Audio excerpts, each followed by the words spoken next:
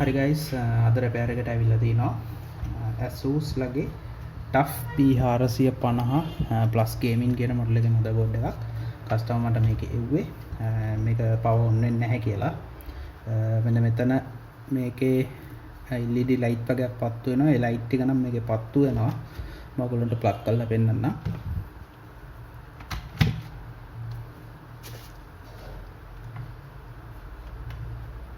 Power switch එකට කිසිම respond එකක් නැහැ මේ මදර්බෝඩ් එකේ.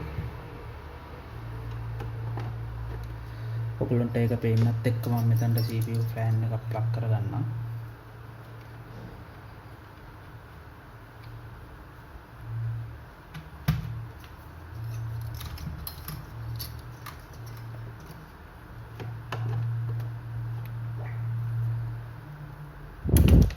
හරි, ඔයගොල්ලන්ට පේනවා ඇති මෙතන මේ ලයිට් එක පත්තු වෙනවා. හැබැයි මේකේ පවර් ස්විච් එකට කිසිම රෙස්පොන්ඩ් එකක් නැහැ. මේ බලන්න. පවර් ස්විච් එක. උන්ට පවර් සප්ලයි එක නම් පේන්නේ නැතුව ඇති. පවර් ඔන් වෙනවා නම් මේක ෆෑන් කරගිලා ඔන් වෙන්න ඕනේ. පවර් ස්විච් එකට කිසිම රෙස්පොන්ඩ් එකක් නැහැ මදර්බෝඩ් එක. ඕක තමයි මේකේ තියෙන ෆෝල්ට් එක. හරිද? අපි බලමු මේක අපිට රිපෙයාර් කරගන්න පුළුවන් වේද කියලා මදර්බෝඩ් එක. මුලටම මම මේකේ ඉම්පිඩන්ස් ටික චෙක් කරගන්නවා. මම මේක මගේ මල්ටිමීටරේ අරගෙන මල්ටිමීටරේ දාගන්න ඩයෝඩ් මෝඩ් එකට දාලා ඉම්පිඩන්ස් ටික චෙක් කරගන්න යන්නේ. මම මෙතනින් ග්‍රවුන්ඩ් එකකට ග්‍රවුන්ඩ් වයර් එකකට තමයි ප්ලග් කරගන්නේ. මොකද ඒක මට ලේසි. මේ තියෙන්නේ PCH power supply එක. අපි මේකේ ඉම්පිඩන්ස් එක බලමු. 201ක් තියෙනවා. ඒක ප්‍රශ්නයක් නෑ. ඊට පස්සේ මම බලනවා මෙතන power switch එක ප්‍රශ්නයක් නෑ. ඊට පස්සේ මම BIOS එකේ 8 වෙනි පින් එක බලනවා. BIOS එකේ 8 වෙනි පින් එකේ 512ක් තියෙනවා. ඒකත් ප්‍රශ්නයක් නෑ. ඊට පස්සේ මම Vico supply දැනට බලන්න යන්නේ නැහැ. මෙතනින් මම 12 volt එක short කියලා බලනවා. ඒක ground. මේ පැත්ත 400 ගානක් පෙන්නනවා. ඒකත් ප්‍රශ්නයක් නැහැ. ඊට පස්සේ මම RAM එකේ මෙතන පේන ඇති ඒ coil එකේ impedance එක බලනවා.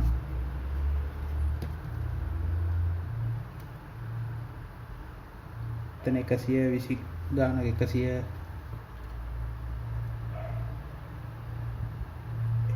100 ගානක් පෙන්නනවා. ඒ RAM එක ගහලා හින්දා තමයි එතන අඩුවට පෙන්නන්නේ. Vico supply දැම්ම ටෙස්ට් කරගන්න යන්නේ නැහැ. නැත්නම් ඒකත් බලලා ඉන්න. processor එකේ තියෙද්දි නම් කොහොමත් low impedance තමයි පෙන්නන්නේ. 10ක් පෙන්නනවා. processor එක ගැලවුවාම තමයි මේක හරියට පෙන්නන්නේ. ඒ ටික මම පොඩ්ඩක් එහෙම තියාගන්නවා. අපි මේකේ මේ voltages ටික check කරන් බලමු. ඒක ලේසි. මේක 12 volt එක ප්ලග් කරගන්නවා දැන්. 12 volt එක ප්ලග් කරගෙන මම මෙතන power එක දෙනවා.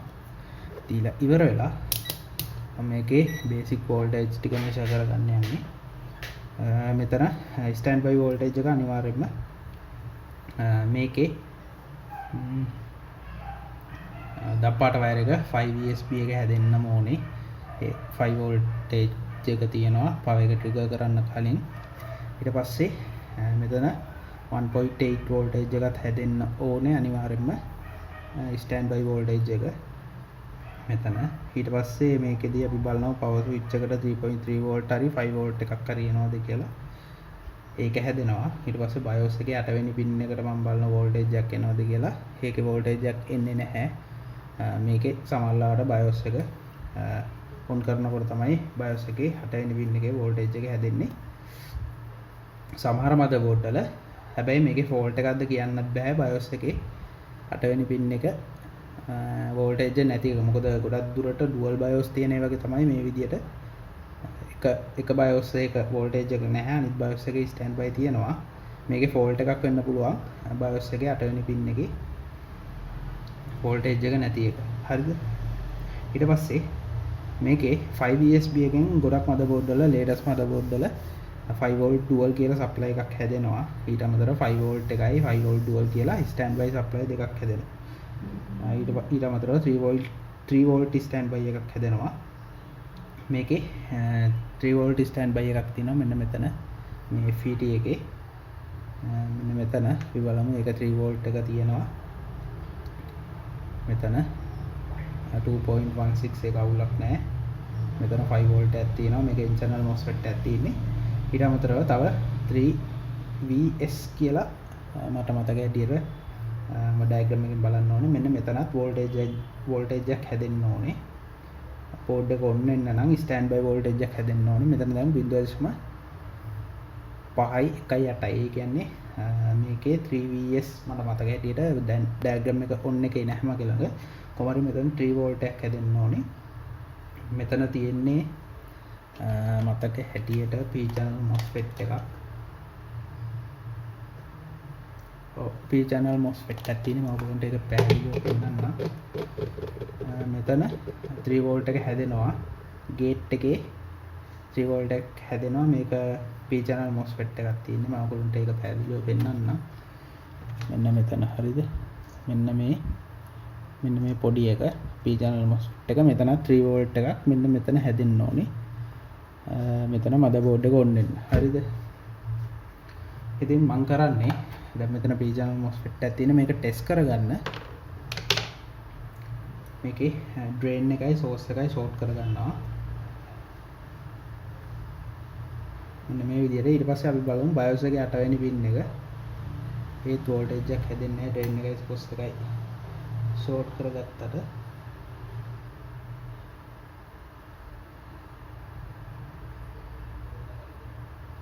හරිද? අපි බලමු power on කරලා power on වෙනවද කියලා. හරි ඔයගොල්ලන්ට පේනවද දන්නේ නැහැ. power on වෙනවා motherboard එක. මම ඔයගොල්ලන්ට පෙන්නන්නම් ඒක.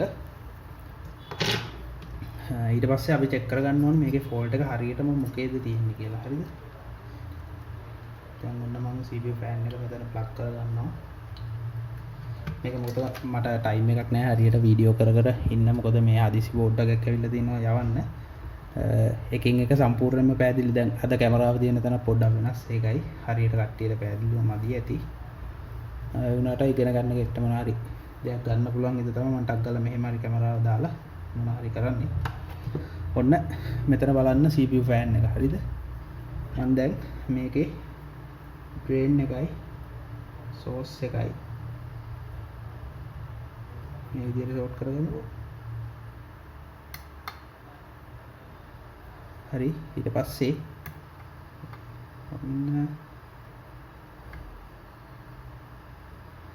ඔන්න මම දැන් power එක on කරගන්න බලන්න fan එක. fan එක කරගෙනවා. හරිද? ඒකත් පේනවද දන්නේ නැහැ හරියට. මෙන්න මෙතන fan එක තියෙන්නේ. fan එක පොඩ්ඩක් බලන්න.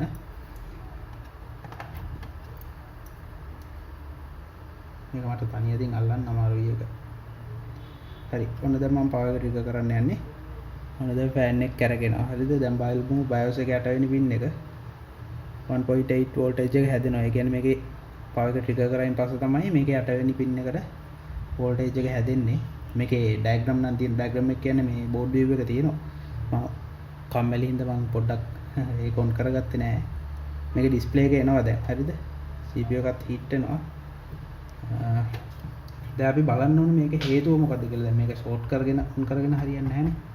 අපි දැන් බලන්න ඕනේ මේකේ හේතුව මොකද්ද කියලා. මේකේ power එක connect කරගන්නවා. ඊට පස්සේ source එකේ 3 තියෙනවා. drain එකේ voltage එකක් හැදෙන්නේ නැහැ. මේකේ මෙතනින් පස්සට අපි check කරගන්නවා නම් අනිවාර්යයෙන්ම board view එක ඕනේ. මුලටම මම මේකේ FET එක ගලවගෙන check කරගන්නවා. මේකේ P channel FET එකක් තියෙන්නේ. මේකේ ගොඩක් දුරට මට හිතෙනවා FET එක හරියට function වෙන්නේ නැතුව ඇති කියලා. හරි මම දැන් මේ ටික ටක් ගාලා පොඩ්ඩක් මෙතනින් ගලව ගන්නවා. මම ඔය කට්ටියට කිව්වේ මෙන්න මේ FET එක ගැන. හරිද? ඉතින් එතන පුංචි FET එකක් මේක P channel FET එකක් තියෙන්නේ. positive voltage එකක් එන්නේ. මම ටක් ගාලා ඒක remove කරගෙන check කරගන්නවා.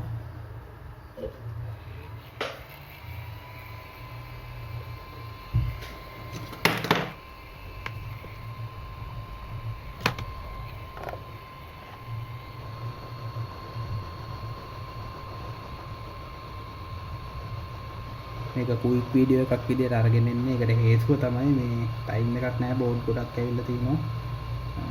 මට වීඩියෝ කර කරන්න ටයිම් එකක් නැහැ. මම බෝඩ් එක පොඩ්ඩක් අයින් කරගන්නවා. මේ තින්නේ අපේ පරණ එක. මේ තින්නේ මගේ අලුත් එක.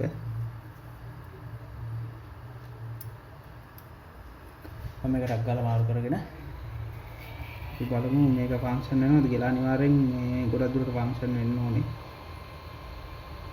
එහෙම නැති වුණොත් එහෙම මේකේ ගේට් එකේ පාත් එක සම්පූර්ණයෙන්ම ඩයග්‍රෑම් ඩවුන්ලෝඩ් කරගෙන ඔය දඟලන්න වෙනවා.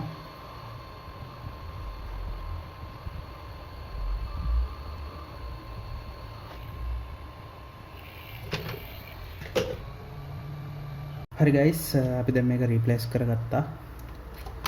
මම කැල්ල කොහෙටද මේ අයිනකට දැම්මා. කොහෙ විසිරුණාද දන්නේ නැහැ. ඉතින් අපි පරණ අපි රීප්ලේස් කරගත්ත කැල්ල හරිද? මෙන්න මේක තමයි අපි රීප්ලේස් කරගත්තේ. මේ ඉතින් මම ඔයගොල්ලන්ට කලින් පෙන්නුවා. මෙන්න මේක රීප්ලේස් කරගත්තා. අපි දැන් බලමු මේක පව ඕන් වෙනවද කියලා. ගොඩක් දුරට ඔන් වෙන්න ඕනේ. ඒකේ පොඩි මේ ප්‍රී-චැනල් MOSFET එකේ ටිකක් ලීක් එකක් වගේ තමයි තිබ්බේ පෙන්නුවේ. සමහරවිට ගේට් එක ඕපන් වෙනවා, සමහරවිට ඕපන් වෙන්නේ නැහැ. ඒ වගේ කන්ඩිෂන් එකක තමයි තිබ්බේ.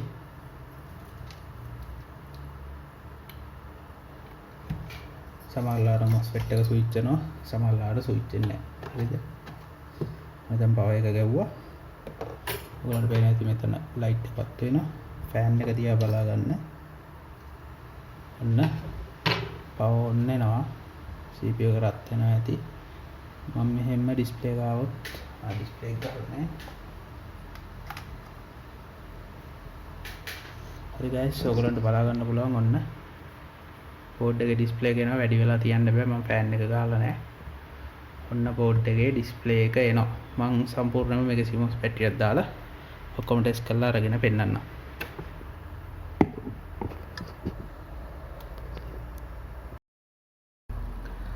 හරි ගයිස්, මම දැන් මදර්බෝඩ් එකේ පවර් ඔන් කරන්න හදන්නේ. ඔයගොල්ලන්ට මම පෙන්නන්නම්. ඔන්න දැන් මදර්බෝඩ් එක පවර් ඔන් වෙනවා. දැන් ඔයගොල්ලන්ට පැහැදිලිව පෙන්නන්නම්. මෙන්න මේක තමයි අපි රීප්ලේස් කරගත්ත කම්පොනන්ට් එක. ඔයගොල්ලන්ට බලා ගන්න පුළුවන්. දැන් මේකේ ඩිස්ප්ලේ එනවා. මට වැඩි වෙලා තියන විදියක් නැහැ. මම නිකන් CPU ෆෑන් එක උඩින් තියලා තින්නේ.